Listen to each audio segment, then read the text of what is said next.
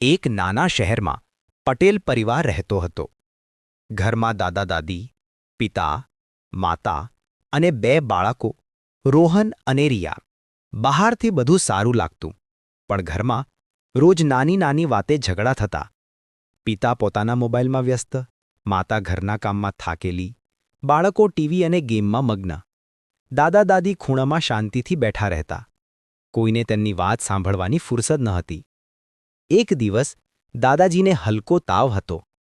કોઈએ ખાસ ધ્યાન ન આપ્યું. સાંજે દાદી રડી પડ્યા અને બોલ્યા, "આ ઘરમાં બધા સાથે રહે છે, છતાં કોઈ એકબીજાનું નથી." આ શબ્દોએ માતાના દિલને સ્પર્શી લીધું.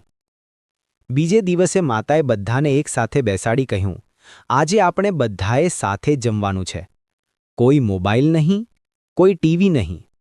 શરૂઆતમાં બધા નિરાશ લાગ્યા, પણ પછી વાતો શરૂ થઈ.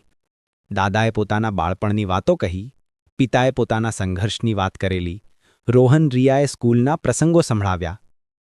એ એક થાળીમાં બેઠું ભોજન આખા પરિવારને ફરીથી જોડીને ગયું. તે દિવસથી રોજ થોડીવાર બધા સાથે બેસીને વાત કરવા લાગ્યા. ઘરમાં ફરી હાસ્ય, પ્રેમ અને શાંતિ પાછી આવી. દાદી ખુશ થઈને બોલ્યા, "એક થાળી ભોજનની જે તાકાત છે, એ કોઈ દવાખાને નથી."